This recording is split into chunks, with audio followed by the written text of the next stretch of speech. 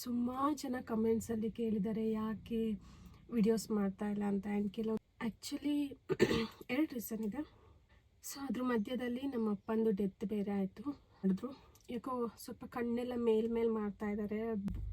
Fraction of ಸೆಕೆಂಡಲ್ಲಿ body ಎಲ್ಲ cold ಆಗಿಬಿಟ್ಟಿತ್ತು. Drop ಅಷ್ಟು ನಾವು ಎಕ್ಸ್ಪೆಕ್ಟ್ ಮಾಡಿರಲಿಲ್ಲ ಅನ್ನೋದು. ಆ್ಯಂಡ್ ಎಷ್ಟೋ ಜನ ನಮಗೆ ಹಿಂಗೆ ಆಗಿರೋದ ಖುಷಿನೂ ಪಟ್ಟಿರ್ತಾರೆ.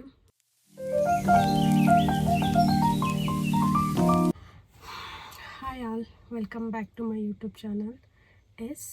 ಆಲ್ಮೋಸ್ಟ್ 4.5 ಮಂತ್ಸ್ ಆಯಿತು ನಾನು ವೀಡಿಯೋ ಮಾಡಿದೆ. ಆ್ಯಕ್ಚುಲಿ ಒಂದು ರೀತಿಯಲ್ಲಿ ಖುಷಿ ಆಗುತ್ತೆ ಈ ಥರ ವೀಡಿಯೋ ಮಾಡಿದ್ದಾಗ. ನಮ್ಮನ್ನು ಯಾರು ನಿಜವಾಗ್ಲೂ ಮಿಸ್ ಮಾಡ್ಕೋತಾರೆ, ನಮ್ಮ ವೀಡಿಯೋಸನ್ನು ಯಾರು ನಿಜವಾಗ್ಲೂ ಮಿಸ್ ಮಾಡ್ಕೋತಾರೆ ಅನ್ನೋದು ಗೊತ್ತಾಗ್ತು. ಯಾಕಂದರೆ ಸುಮಾರು ಜನ ಕಮೆಂಟ್ಸಲ್ಲಿ ಕೇಳಿದ್ದಾರೆ ಯಾಕೆ ವಿಡಿಯೋಸ್ ಮಾಡ್ತಾ ಇಲ್ಲ ಅಂತ. ಆ್ಯಂಡ್ ಕೆಲವು ನನ್ನ ಕ್ಲೋಸ್ ಇರೋರು ವಾಟ್ಸಪ್ಪಲ್ಲಿ ಕೇಳಿದ್ದಾರೆ. ಆ್ಯಂಡ್ ಕೆಲವರು ಇನ್ಸ್ಟಾಗ್ರಾಮಲ್ಲೂ ಸಹ ಕೇಳಿದ್ದಾರೆ ಯಾಕೆ ವೀಡಿಯೋಸ್ ಮಾಡ್ತಾಯಿಲ್ಲ ಅಂತ. ರೀಸನ್ಸ್ ಇದ್ದಾವೆ.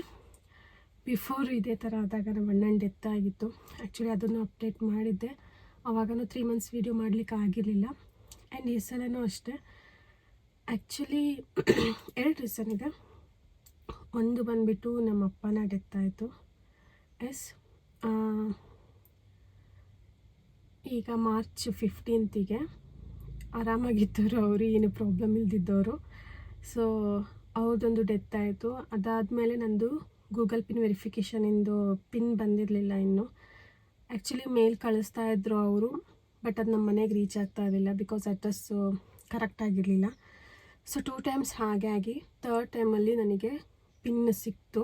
ಅಂದರೆ ನಾನು ವೀಡಿಯೋಸ್ ಅಪ್ಲೋಡ್ ಮಾಡ್ತಾ ಇರಲಿಲ್ಲ. ಸೊ ಅದೇ ರೀಸನಿಗೆ ನಂದು ಅಡ್ರೆಸ್ ವೆರಿಫಿಕೇಷನ್ನು ಹೋಗಿತ್ತು. ಸೊ ಪುನಃ ಅದನ್ನು ನಾವು ಮಾಡಬೇಕು. ಅದು ಮಾಡಲಿಕ್ಕೆ ನಮಗೆ ಗೂಗಲ್ ಅವರು ಪಿನ್ನನ್ನು ಡೈರೆಕ್ಟು ಪೋಸ್ಟ್ ಮಾಡ್ತಾರೆ ಮನೆ ಅಡ್ರೆಸ್ಸಿಗೆ.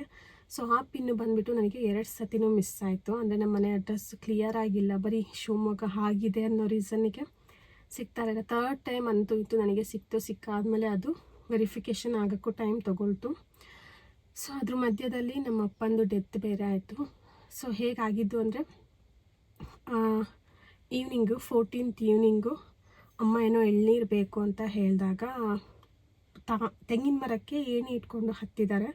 ಸೊ ಹತ್ತಿದಾಗ ಅದು ಏಣಿ ಜರುಗಿದೆ. ಹಿಂಗೆ ಜರುಗಿದಾಗ ಅವ್ರು ಬಿದ್ದಿದ್ದಾರೆ. ಬಿದ್ದ ತಕ್ಷಣ ಅಮ್ಮನಿ ನೋಡಿದ ತಕ್ಷಣ ಹಾಸ್ಪಿಟಲಿಗೆ ಕರ್ಕೊಂಡು ಹೋಗಿದ್ದಾರೆ. ಕರ್ಕೊಂಡು ಹೋದಾಗ ಅಲ್ಲೇ ನಿಯರಲ್ಲಿದ್ದ ಹಾಸ್ಪಿಟಲಿಗೆ ಕರ್ಕೊಂಡು ಹೋಗಿದ್ದಾರೆ, ಪ್ರೈವೇಟ್ ಒಂದಕ್ಕೆ. ಅಲ್ಲಿ ಬಂದುಬಿಟ್ಟು ಏನು ಪ್ರಾಬ್ಲಮ್ ಇಲ್ಲ, ಹಿಂಗೆ ಕೂತಾಗ ಜಜ್ದಂಗೆ ಆಗಿದೆ ಅಷ್ಟೆ. ಸೊ ಏನು ವರಿ ಮಾಡ್ಕೊಳ್ಳೋಂಥದ್ದೇನೂ ಇಲ್ಲ, ನಾಳೆಗೆ ಕರೆಕ್ಟ್ ಆಗುತ್ತೆ ಅಂತ ಹೇಳಿ ಇಂಜೆಕ್ಷನು, ಟ್ಯಾಬ್ಲೆಟ್ಸ್, ಏನು ಮೆಡಿಸಿನ್ಸ್ ಇದ್ದಾವೆ ಅದನ್ನು ಕೊಟ್ಟು ಕಳಿಸಿದ್ದಾರೆ. ಸೊ ಒಂದು ಅರೌಂಡ್ 8:30 ಹಾಗೆ ನನಗೆ ಕಾಲ್ ಮಾಡಿದ್ರು. ಯಾಕೋ ಸ್ವಲ್ಪ ಕಣ್ಣೆಲ್ಲ ಮೇಲ್ಮೇಲೆ ಮಾಡ್ತಾ ಇದ್ದಾರೆ, ಬರ್ತೀಯಾ, ಬೇಕಾದ್ರೆ ರಾತ್ರಿ ಬೇರೆ ನಾನು ಒಬ್ಬಳೇ ಇರಬೇಕು ಅನ್ನೋ ರೀಸನಿಗೆ ಹೇಳಿದ್ರು. ಸೊ ನಾವು ಹೊರಟ್ವಿ. ಆ್ಯಕ್ಚುಲಿ ಇವರು ನನ್ನ ಹಸ್ಬೆಂಡ್ ಮನೇಲಿರಲಿಲ್ಲ. ಅವರು ಮನೆಗೆ ಬರೋ ತನಕ ವೆಯ್ಟ್ ಮಾಡಿ ಆಲ್ಮೋಸ್ಟ್ ನಾವು ಮನೆಗೆ ಹೋಗ್ತಾ 10:30 ಆಗಿತ್ತು. ಮನೆಗೆ ಹೋಗಿ ನೋಡಿದಾಗ ಆರಾಮಾಗೇ ಇದ್ರು, ಏನು ಪ್ರಾಬ್ಲಮ್ ಇಲ್ಲ. ಸ್ವಲ್ಪ ಪೇಯ್ನು ಅಂತಾಯಿದ್ರು. ಪೇಯ್ನು ಅಂತಿದ್ರಲ್ಲ ಅಂತ ಹಾಗೆ ನಾನು 1-2 ಸತಿ ಹೇಳಿದೆ, ಈಗ ನೈಟ್ ಆಗಿದೆ, ಇಷ್ಟೊತ್ತಲ್ಲಿ ನಮಗೆ ಎಲ್ಲೂ ಹೋಗ್ಲಿಕ್ಕಾಗಲ್ಲ. ಸೊ ನಾಳೆ ಹೋಗೋಣ, ನಾಳೆ ಹೋಗಿ ಮಾರ್ನಿಂಗು ಶಿವಮೊಗ್ಗದಲ್ಲೇ ಏನು ಸ್ಕ್ಯಾನಿಂಗ್ ಇದೆ ಎಲ್ಲ ಮಾಡಿಸೋಣ ಅಂತ. ಸರಿ ಬಟ್ ಊಟ ಮಾಡಿಲ್ಲ, ಎಷ್ಟು ಹೇಳಿದ್ರು ಅವ್ರು ಊಟವನ್ನು ಮಾಡಿಲ್ಲ. ಅದಾಯಿತು. ಅದರಲ್ಲೂ ನಾನು ಬಂದ ತಕ್ಷಣ ಬೈದಿದ್ದೀನಿ, ಇಷ್ಟು ಆರಾಮಾಗಿದ್ದೀರಾ, ಸುಮ್ಮನೆ ನಮ್ಮನಿ ರಾತ್ರಿ ಕರ್ಸ್ಕೊಂಡ್ರಲ್ಲ ಅಂತ ಬೈದ್ಬಿಟ್ಟಿದ್ದೆ. ಅದಾದಮೇಲೆ ಪದೇ ಕರಿತಾ ಇರ್ತಿದ್ರು, ನೀರು ಬೇಕು. ಆಮೇಲೆ ಟ್ಯಾಬ್ಲೆಟ್ ತಿಂದಿರಲಿಲ್ಲ, ಒಂದು ಟ್ಯಾಬ್ಲೆಟ್ ಕೊಡು ಅಂತ ಕೇಳಿದ್ರು. ಒಂದೇ ನನ್ನನ್ನು ಇಲ್ಲ ಅಮ್ಮನ ಹೀಗೆ ಕರಿತಾನೆ ಇದ್ರು. ನೋಡಿ ಲಾಸ್ಟಿಗೆ ನಾವು 1:30 ನಾನು ಹೋಗಿ ಮಲಗಿದೆ. ಮಗುನೂ ಮಲಗಿಸ್ಲಿಕ್ಕಿತ್ತು ಅಂತ ನಾನು ಹೋಗಿ ಮಲಗಿದೆ. ಅದಾದಮೇಲೆ 1:45, 1:50 ಹಾಗೆ ಪುನಃ ಅಮ್ಮನ ಕರೆದಿದ್ದಾರೆ. ಕರೆದು ಏನೋ ನೀರು ಖಾಲಿಯಾಗಿದೆ, ನೀರು ಬೇಕು ಅಂದರು. ಅವ್ರಿಗೆ ಹೇಳೋಕ್ಕಾಗ್ತಿರಲಿಲ್ಲ, ಸ್ವಲ್ಪ ಬ್ಯಾಕ್ ಪೇಯ್ನ್ ಆಗಿತ್ತು, ಕುತ್ತಂಗೆ ಮೇಲಿಂದ ಬಿದ್ದಕ್ಕೆ ಜಜ್ದಂಗೆ ಆಗಿದ್ದ ರೀಸನ್ನಿಗೆ ಬ್ಯಾಕ್ ಪೇಯ್ನ್ ಆಗಿತ್ತು. ಸೊ ಅದೇ ರೀಸನ್ನಿಗೆ ಕರಿತಾ ಇದ್ರು. ಅಮ್ಮ ನೀರು ಕೊಟ್ಟು ಹೋಗಿದ್ದಾರೆ. ಮತ್ತು ಸ್ವಲ್ಪ ಹೊತ್ತು ಬಿಟ್ಟು ಅಮ್ಮನೇ ಯೋಚನೆ ಮಾಡ್ತಾರೆ, ಏನು ಪದೇ ಕರಿತಿದ್ದವ್ರು ಇಷ್ಟೊತ್ತಾದರೂ ಕರೀಲಿಲ್ಲ, ಏನಾಗಿರ್ಬೋದು ನೋಡೋಣ ಅಂತ ಅವರಾಗೆ ಹೋಗಿ ನೋಡಿದಾಗ ಆಲ್ರೆಡಿ ಉಸಿರು ನಿಂತೋಗಿತ್ತು. ಫುಲ್ ಫ್ರಾಕ್ಷನ್ ಆಫ್ ಸೆಕೆಂಡಲ್ಲಿ ಬಾಡಿ ಎಲ್ಲ ಕೋಲ್ಡ್ ಆಗಿಬಿಟ್ಟಿತ್ತು. ನನ್ನನ್ನು ಕರೆದ್ರು. ಆ್ಯಕ್ಚುಲಿ ಕರೆದ್ರಂತೆ ನಮಗೆ ಕೇಳಿಸಿಲ್ಲ, ಜಸ್ಟ್ ಮಲಗಿದ್ದಷ್ಟೇ, ತುಂಬ ನಿದ್ದೆ ಬಂದುಬಿಟ್ಟಿತ್ತು. ಆಮೇಲೆ ಕಾಲ್ ಮಾಡಿದ್ದಾರೆ. ಕಾಲ್ ಮಾಡಿದ ತಕ್ಷಣ ನಾನು ಮನೆಯವ್ರಿಗೆ ಕಳಿಸ್ದೆ, ಬಿಕಾಸ್ ಮಗಳು ಎದ್ದಿದ್ಲು, ನಾನು ಅವಳನ್ನು ಮಲಗಿಸ್ತಾ ಇದ್ದೆ. ಅವ್ರು ಹೋಗಿ ನೋಡಿದಾಗ ಅವರಿಗೂ ಶಾಕು, ಬಿಕಾಸ್ ಇಷ್ಟೊತ್ತು ಚೆನ್ನಾಗಿ ಮಾತಾಡ್ತಿದ್ದವ್ರು ಸಡನ್ನಾಗಿ ಏನಾಯಿತು ಅಂತ. ಸೊ ಆಮೇಲೆ ನಾನು ಬಂದು ನೋಡಿ ಮುಟ್ಟು ನನಗೂ ಸೀರಿಯಸ್ಲಿ ಶಾಕ್ ಆಯಿತು. ಬಿಕಾಸ್ ಒಂದು ಪಿನ್ ಡ್ರಾಪ್ ಅಷ್ಟು ನಾವು ಎಕ್ಸ್ಪೆಕ್ಟ್ ಮಾಡಿರಲಿಲ್ಲ ಹೀಗಾಗತ್ತೆ ಅಂತ. ಸೊ ಸಡನ್ಲಿ ಶಾಕ್ ಆಯಿತು. ಆಮೇಲೆ ಎಲ್ಲ ರಿಲೇಟಿವ್ಸ್ ಎಲ್ಲ ಮಾಮೂಲಿ ಏನು ಕಾರ್ಯಗಳು ನಡಿಬೇಕು ಸೊ ಎಲ್ಲ ನಡೀತು. ಸೊ ಇದೇ ರೀಸನ್ನು ಒಂದು, ಆ್ಯಂಡ್ ಇನ್ನೊಂದು ಬಂದುಬಿಟ್ಟು ಗೂಗಲ್ ಪಿನ್ನು. ಸೊ 2 ರೀಸನಿಂದ ನಾನು ಮಾಡಿರಲಿಲ್ಲ. ಆ್ಯಂಡ್ ಅಳಲ್ಲ, ಬಿಕಾಸ್ ಅಳು ಬರೋದು ಇಲ್ಲ. ಹಂಗಾಗ್ಬಿಟ್ಟಿದೆ. ಏನು ಗೊತ್ತಾ, ಸೋಷಿಯಲ್ ಮೀಡ್ಯಾದಲ್ಲಿ ಏನಾರು ಹೇಳಿ ಸೀರಿಯಸ್ಲಿ ಅಳು ಬಂದ್ರೂ ಕಾಮೆಂಟ್ಸ್ಗೋಸ್ಕರ, ವ್ಯೂಸ್ಗೋಸ್ಕರ ಅಂತಂತಾರೆ. ಅದ್ರ ನೆಸೆಸಿಟಿ ಇಲ್ಲ. ಸೊ ನಮ್ಮ ಏನು ರೀಸನ್ನು ಕೆಲವರೆಲ್ಲರೂ ಕೇಳ್ತಿರೋದ್ರಿಂದ ವಿಷಯ ಏನು ಅಂತ ಎಕ್ಸ್ಪ್ಲೇನ್ ಮಾಡಿದ್ದೀನಿ ಅಷ್ಟೇ. ಸೊ ಅಳೋದು ಏನು ಸಿಂಪತಿ ಇಟ್ಟಿಸ್ಕೊಳ್ಳೋದು ಆ್ಯಂಡ್ ವಗೇರ ಅವೆಲ್ಲ ಇದೆ. ಸೊ ಆಗಲ್ಲ. ಬಟ್ ನಮ್ಮ ಮನೆಗೆ ಯಾರು ಶಾಪತ್ತಾಗಿದೆಯೋ ಏನೋ ಅದು ಗೊತ್ತಿಲ್ಲ. It's okay. ಯಾರು ಏನೇ ಮಾಡಿದ್ರು ಅದು ಅವರಿಗೇನೆ.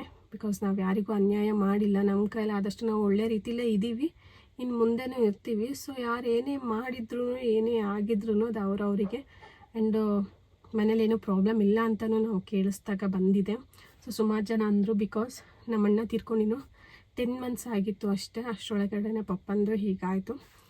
ಕೆಲವರೆಲ್ಲ ಹೇಳಿದ್ರು ಕೇಳಿಸಿ ನೋಡಿ ಏನಾದರೂ ಪ್ರಾಬ್ಲಮ್ ಇದೆಯಾ, ಬಿಕಾಸ್ 1 year ಒಳಗಡೆ 2 ಸಾವಾಯಿತು, ಏನಿರ್ಬೋದು ಕೇಳಿ ಅಂತ. ಸೊ ಕೇಳಿಸ್ದಾಗ ಅಂಥದ್ದೇನೂ ಇಲ್ಲ ಅಂತ ಬಂದಿದೆ. ಸೊ ನೋಡಬೇಕು, ಮುಂದಾದ್ರು ಇರೋರಾದ್ರು ಚೆನ್ನಾಗಿದ್ದರೆ ಸಾಕು ಅಂತ ಅನ್ಸೋದಷ್ಟೆ. ಸೊ ಇದೇ ರೀಸನ್ನು.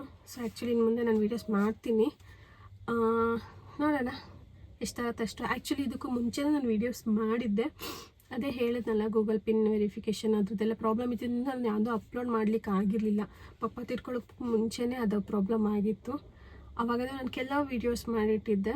ಬಟ್ ಈಗ ಅದು ಹಾಕ್ಲಿಕ್ಕಾಗಲ್ಲ, ಬಿಕಾಸು ಅಂದರೆ ಅವಾಗ ಅದವು. ಸೊ ಅದನ್ನು ಹಾಕ್ಲಿಕ್ಕಾಗಲ್ಲ. ಸೊ ಇನ್ನೇನಾಗತ್ತೆ ಅದನ್ನು ನನ್ನ ಕೈಲಿ ಟ್ರೈ ಮಾಡಿ ನಾನು ವೀಡಿಯೋಸ್ ಹಾಕ್ತೀನಿ.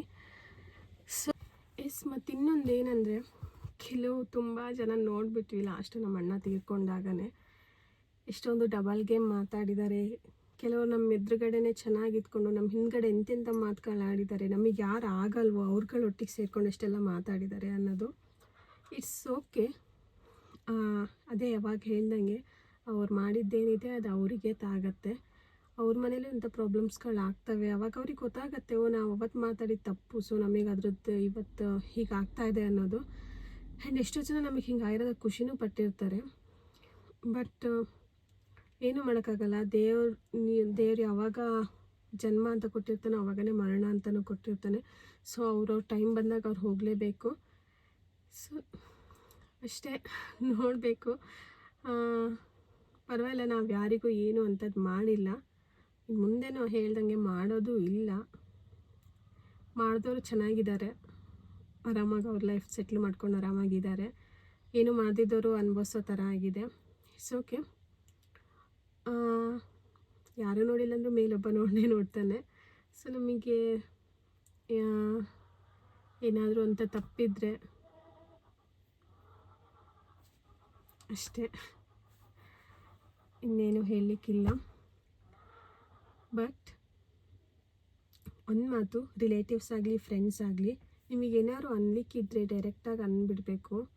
ಅವ್ರೇನಾದ್ರು ಸಜೆಷನ್, ಅವ್ರೇನಾದ್ರು ಇನ್ನೊಬ್ಬರಿಂದ ತಪ್ಪಾಗಿದೆಯೋ ಆರ್ ಎನಿಥಿಂಗ್, ಎಂಥದೇ ಹೇಳಲಿಕ್ಕಿದ್ರು ಸಹ ಡೈರೆಕ್ಟಾಗಿ ಹೇಳಿಬಿಡ್ಬೇಕು. ನಮ್ಮ ಎದುರುಗಡೆ ಚೆನ್ನಾಗಿದ್ದು, ನಮ್ಮ ಎದುರುಗಡೆ ಚಂದ ಮಾತಾಡಿ, ಹಿಂದ್ಗಡೆ ಹೋಗಿ ನೀವೇ ಗುಂಪು ಕಟ್ಕೊಂಡು ನೀವೇ ಏನೇನೋ ಗುಸು ಮಾತಾಡೋದ್ರಿಂದ ಏನೂ ಯೂಸ್ ಇಲ್ಲ ಅಷ್ಟೇ. ಸೊ